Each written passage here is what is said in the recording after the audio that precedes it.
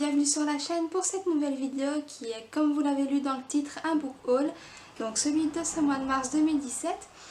Voilà, en fait comme ce mois-ci a été assez riche en achats et en petits cadeaux, j'ai décidé de faire deux vidéos. Donc dans cette première partie que vous allez voir là tout de suite, je vais vous montrer les livres que j'ai acquéris ce mois-ci en allant me promener dans les magasins en général, et aussi ceux que j'ai achetés à la foire du livre de Bruxelles.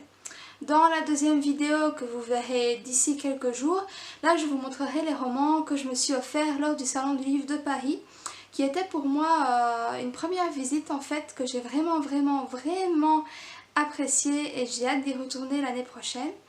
Donc voilà, on va commencer tout de suite peut-être. Avant, petit détail, vous avez certainement remarqué que j'ai changé de fond. Simplement parce qu'en fait, à l'instant où je tourne cette vidéo, il fait nuit dehors. Du coup, il a fallu que je trouve un endroit chez moi où il y avait beaucoup d'éclairage. Donc voilà, j'ai plusieurs spots dans la figure. Donc j'espère que la qualité sera assez bonne. Le premier roman que je me suis offert ce mois-ci est celui-ci. Donc il s'agit du Mirage de Guéma, le premier tome de la saga Eden, écrit par Blandine P. Martin et sorti aux éditions Brajlon. Donc voilà, en fait ce roman, je l'attendais vraiment pour sa sortie, donc il me semble que c'était le 15 mars, donc je l'ai commandé directement et je l'ai reçu le lendemain. Il s'agit d'une dystopie assez futuriste. En fait, apparemment, la Terre, comme la Terre n'était plus habitable, les êtres humains ont dû changer d'endroit pour vivre et ils sont allés sur Guéma, qui est, je suppose, une autre planète. Et on va suivre ici une héroïne plutôt badass apparemment, qui se prénomme Eden et qui fait partie d'une sorte de milice, une sorte de police une police secrète qui apparemment fait le sale boulot du gouvernement, donc assassinat, j'imagine torture, etc. Et d'après ce que j'ai lu dans la 4e de couverture, elle va être assignée à une mission d'infiltrage, donc elle va devoir se mêler à une bande de rebelles. Et comme je l'imagine, parce que je connais un petit peu Blandine P. Martin, c'est une grosse accro de romance, donc j'imagine que Eden va rencontrer un jeune homme qui va très certainement lui faire voir les choses différemment, et j'imagine qu'une histoire d'amour va commencer entre deux. Voilà, je m'avance peut-être un petit peu, mais sincèrement j'en doute. Le deuxième roman qui a rejoint ma pile à lire ce mois-ci est celui-ci. Il s'agit de Lebenstunnel, le tome 1 Allégeance, écrit par Oksana Hope et édité chez Rebelle dans la collection Galatée.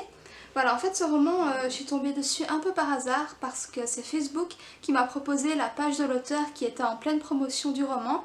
Donc voilà, j'ai directement accroché au thème car ça parle en fait de la Seconde Guerre mondiale. Donc voilà, dans cette dystopie qui se déroule 200 ans après la Seconde Guerre mondiale, qui a été gagnée par Hitler et les nazis, on va suivre la jeune Krista, qui est donc une Aryenne parfaitement modelée, parfaitement éduquée comme la race aryenne le veut. Et elle va, je pense, tomber sur des rebelles, ou en tout cas des personnes extérieures à son peuple, qui n'auraient jamais dû exister, parce que normalement Hitler a éradiqué toutes les autres races.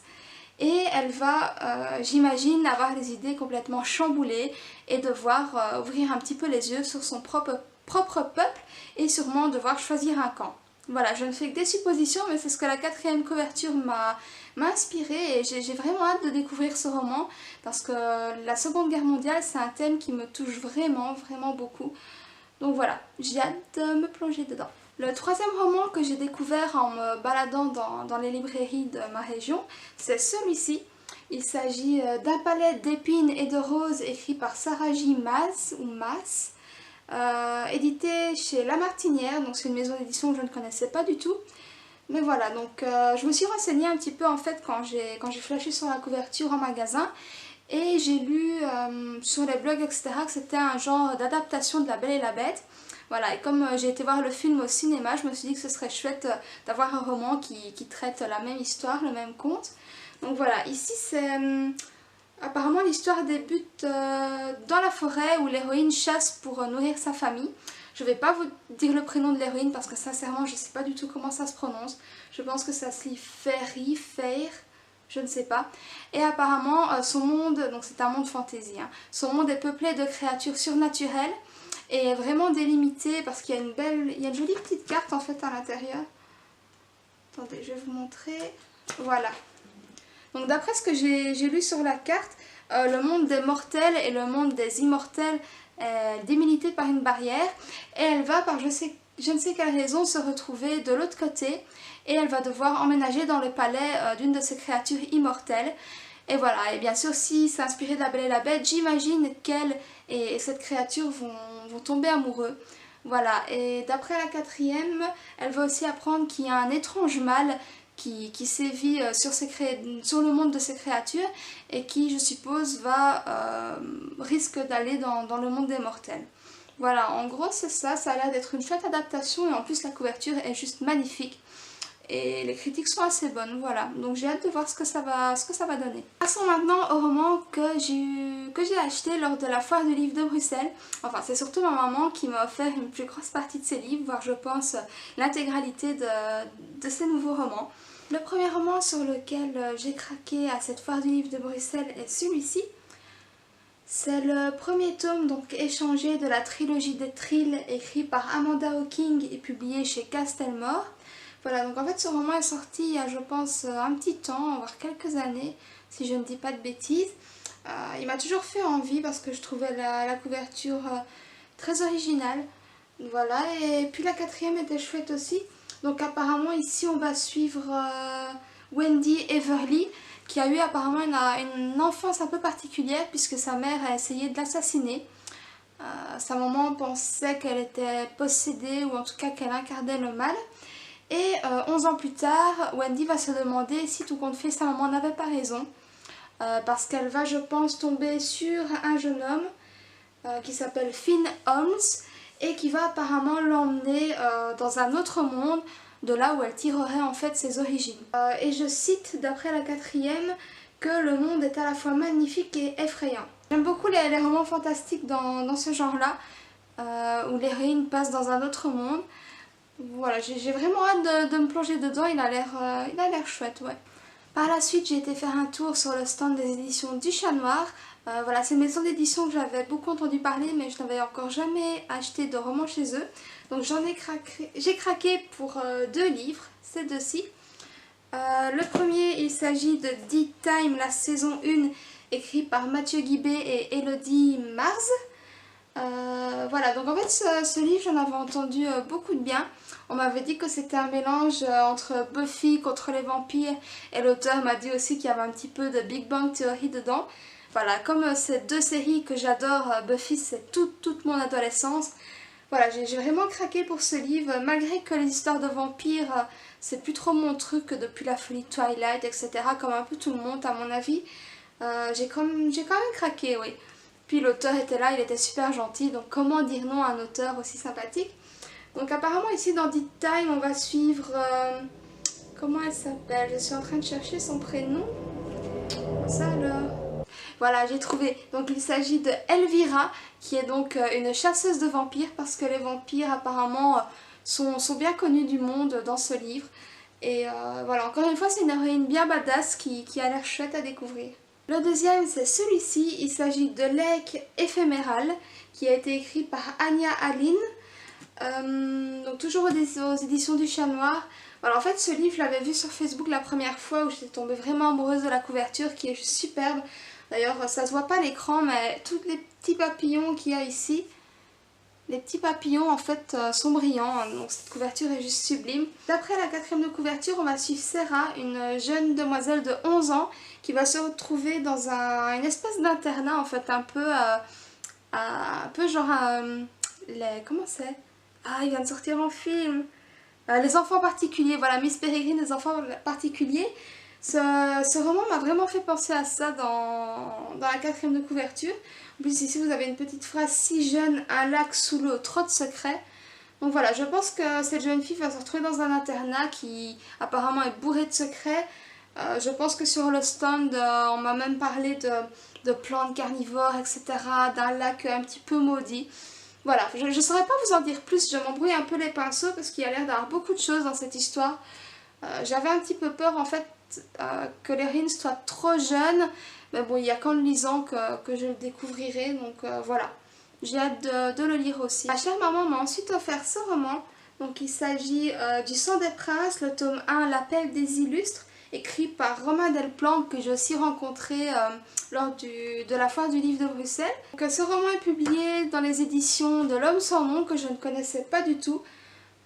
Voilà, je ne saurais plus vous dire de quoi ça parle en fait, mais je sais bien que l'auteur m'a très bien vendu son livre et que le héros principal m'a un peu fait penser à Nathan Drake dans le jeu vidéo Uncharted, si vous connaissez, ou, enfin, un mélange de Benjamin Gates comme ça qui résout des énigmes, bon, avec beaucoup d'action, etc. Donc voilà, je me suis vraiment laissée tenter, bien que je n'ai pas du tout l'habitude de lire des romans avec des héros masculins et dans ce style-là. Donc voilà, je pense que ça va être une découverte totalement nouvelle pour moi. Je ne sais pas encore si je vais aimer, mais en tout cas j'aurais essayé. Par contre, ce qui me dérange un petit peu, c'est que en feuilletant ici le livre, j'ai vu que les pages étaient un petit peu transparentes, alors que pour un grand format c'est assez rare. Voilà, pourtant j'ai feuilleté le roman lors de la foire, mais je n'avais pas remarqué. Voilà, j'espère que ça ne me gênera pas trop pendant la lecture. Je me suis aussi laissée aller à 3 BD. Que vous voyez juste ici, je ne sais pas si vous allez tout voir. Donc il s'agit des 3 premiers tomes de la saga Magic 7, sortis aux éditions Depuis. Voilà, je ne suis pas très BD à la base, j'en lis que quelques-unes parce que c'est rare que j'accroche au dessin en fait. Mais ici je les ai vraiment trouvées super jolies, je vais vous montrer un. Donc ça c'est le tome 1, Jamais seul. Ici vous avez le tome 2, Contre tous. Et le tome 3, Le Retour de la Bête. Voilà, les dessins sont vraiment jolis, je vais vous montrer. Regardez, ici on voit déjà.